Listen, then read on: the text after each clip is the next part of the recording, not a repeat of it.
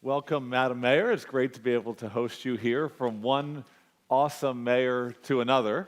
Let me begin with a few thanks to Bloomberg Philanthropies, Patty Harris, Mayor Bloomberg, for really awesome leadership in philanthropy. Mayor Muriel Bowser, the great team at Atlantic, led by my friend David Bradley, the great team at my organization, the ASP Institute, led in putting this together by Libby Franklin and Kitty Boone. So, you are an extraordinary leader. It is such an honor for us to be able to host you here today. And let's just jump right into it. You lived away from Sierra Leone and your city for a while, and then you came back. What brought you back? Thank you very much, Dan. The return back started, well, I guess I should clarify something. Yes, I lived away, but as so many people know now, the world's a global village. So even though I was working in London, Sierra Leone, Freetown was still my home. So in the whole 20 years or so that I was abroad, I got involved with the war. I set up a not-for-profit in 1999. I started to invest in the economy in 2011. But that was all doing that commute, as you do across the Atlantic. But in 2014, there was an outbreak of Ebola, and I was in London at the time. The first case was in May, 25th of May, and a state of emergency was declared in July. And I found myself unable to watch it on TV. So as the case numbers rose, and after doing some advocacy and media appearances, raising the profile and trying to get international interest and support, in November, on the 13th of November 2014, I got on a rather empty plane and flew back to Freetown to volunteer and be involved in the Ebola response. So that act, which at the time I thought was a 3-month, okay, 3 months, this will all be over, I'll play my part, I'll come back, get on with my life, went on for a year. Yeah. And the outbreak was declared over on the 7th of November, 2015. By the month after I arrived in Freetown, I was asked to lead the response as Director of Planning for the National Ebola Response Center. So when the outbreak ended, I got on a plane on the 11th, got a call 3 weeks later, and it was an honor, really. I was asked to lead the Recovery Priorities Program, the post-Ebola for the government as a consultant. And I suppose that's what really took me. So Ebola, and then I stayed on, and then, as people say, one thing leads to another. But in this case, I suppose working with the government, particularly on issues which were really challenging, caused me to see what the municipality was like, what council was like, what local government was like. I felt there were some gaps, and I thought I might step forward and try and do something about it. And you did that, and saved lives. 25 years of private sector experience, an accountant, all kinds of work on strategic planning and strategic development and partnerships, and then suddenly you go back home, you say yes to saving lives. And what did you learn from that experience of leading the effort against Ebola? And then why did you go on and decide to put your name up and run for office? Ebola is most easily the most challenging experience, that Ebola response that I've ever had in my life. I think most people saw it on their TV screens, and you know that it was, death by touch. But when you have a situation where hundreds, thousands of people are dying, and there's no cure, and what you need to do is really change behavior. So what did I learn? The biggest thing I learned, and I still really practice it very much in my role as mayor today, is the importance of bringing people along with you. Yeah.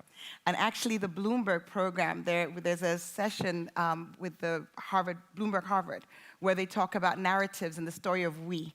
And that is something which, I learned during Ebola and fine-tuned here with Harvard Bloomberg. The decision in the end, like I said, was really driven by the concern of the lack of provision or the lack of action being taken about something that I feel really dearly about, and that's the environment. So I said I saw gaps in the public sector, I saw gaps in the local council, but those gaps really, at the time, that were most visible to me were around sanitation and the environment, the rapid deforestation of our city, and the impact that that was having on people's lives. So you're a real sort of management geek. You care a lot about counting and getting it right and demonstrating progress towards big goals. And you've led that way. You've established a whole plan with all sorts of outcome measures to try to improve the quality of life in Freetown. And how's it going? What's been the result so far? Really encouraging. Yeah. But let me start off and just give people a little bit of a picture of what Freetown looks like. Geographically, it's mountains, a plain, and the sea. So we have the Atlantic Ocean. It's absolutely beautiful. So I'm doing my tourism pitch here. For anybody planning your holidays, you know where to go. But against that beauty are some really significant challenges. From up to 2001, we had an 11-year war. I grew up in a city with 500,000 people. After the war, the population doubled to 1 million.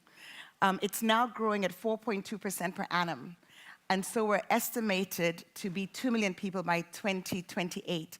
Now, Freetown, in terms of geography, accounts just for 0.1% of the landmass. But we now house about over 15% of the population. So really densely populated. And that has been the driver for a lot of the challenges that we're now grappling with. Challenges with the environment, with deforestation, the destruction of the mangroves, because people are looking for a place to live. I often say that the American Constitution, that line, in pursuit of happiness, speaks for the world over. Everybody wants a future. So they're looking for homes, they're cutting down indiscriminately, there was no urban planning, the waste management systems had broken down during the war and they hadn't been put back. So I came into this position with statistics which went something along these lines.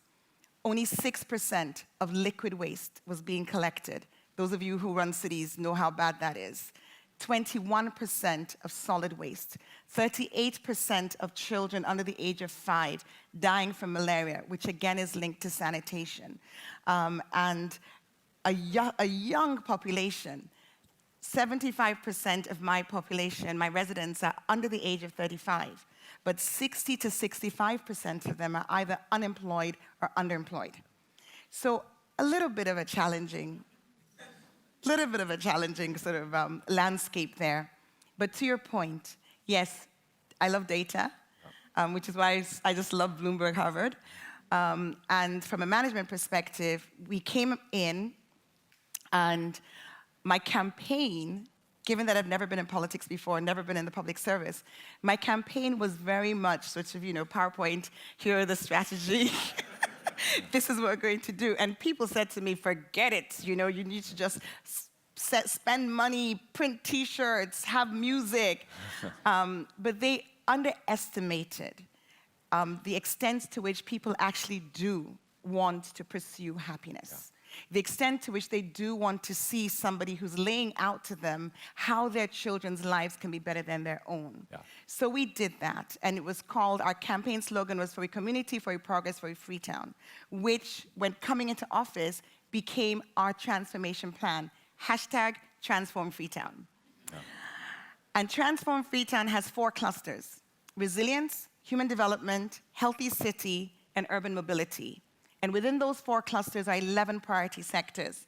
And here I'll just say, I know for most people when you say the word priority, and my team kept saying that, you expect it's going to be less than 5. Yeah. But when you're starting from a base where everything is broken, we have 11 priority sectors, and I make no apologies. Yeah. So those 11 priority sectors really, from environmental management to urban planning and housing to revenue mobilization, and let me just say a word here for anybody who's thinking that you've got budget challenges. When I came into office in 2018, the revenue collected that year was the equivalent of $1.25 per person. So we have a long way to go.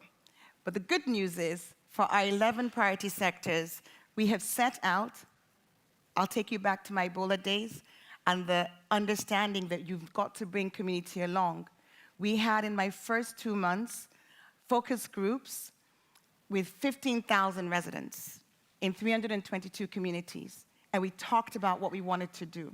We then got technical professionals in, we got central government parties in, development partners, NGOs, community-based organizations, and for each of those sectors, we set teams.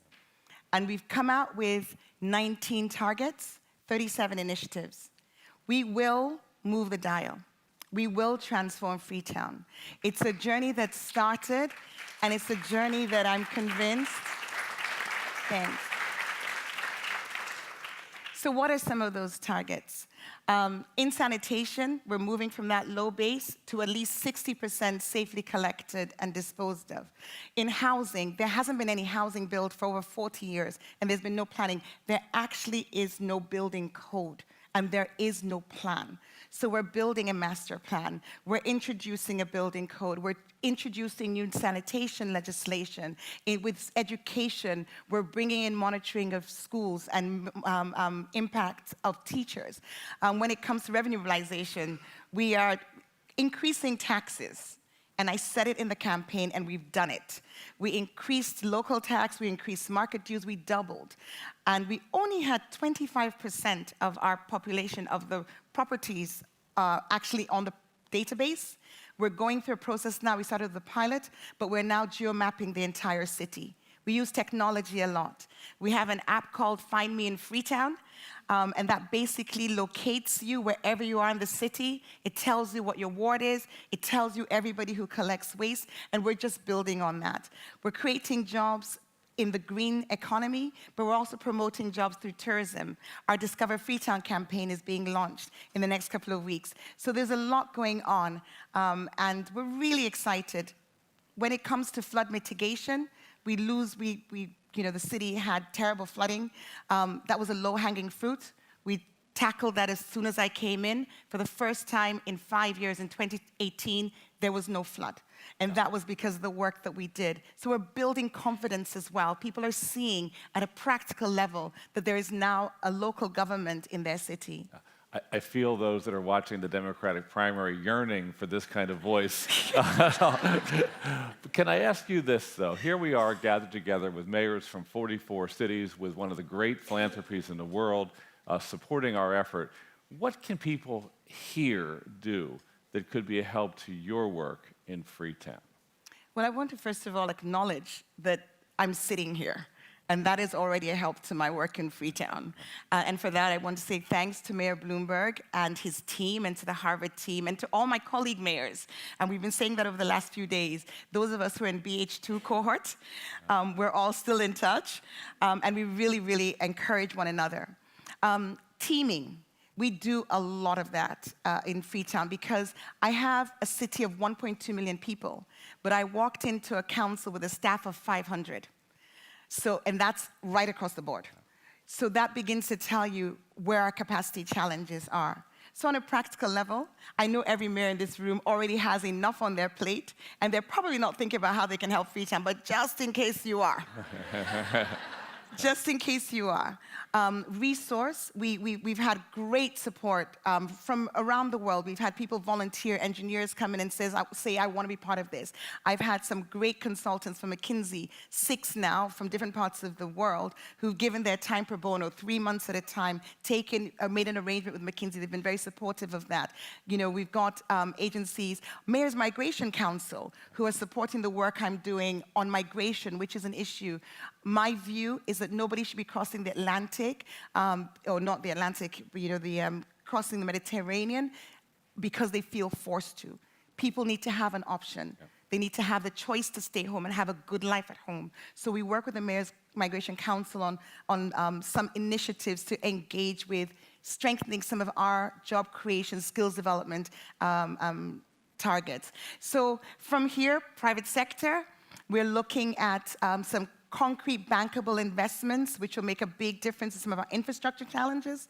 But of course, like I said at the beginning, capacity, teaming with other cities who may be in a position to want to learn. It's two-way. We've got a lot to offer. In spite of all the challenges, because we've gone through that, because we're going through that, we've got insights too that could be shared. Indeed, this world is woven of many strands, and our fate is to become one and many. You're leading the way. Thank you so much, Mayor, for being here today. Thank you.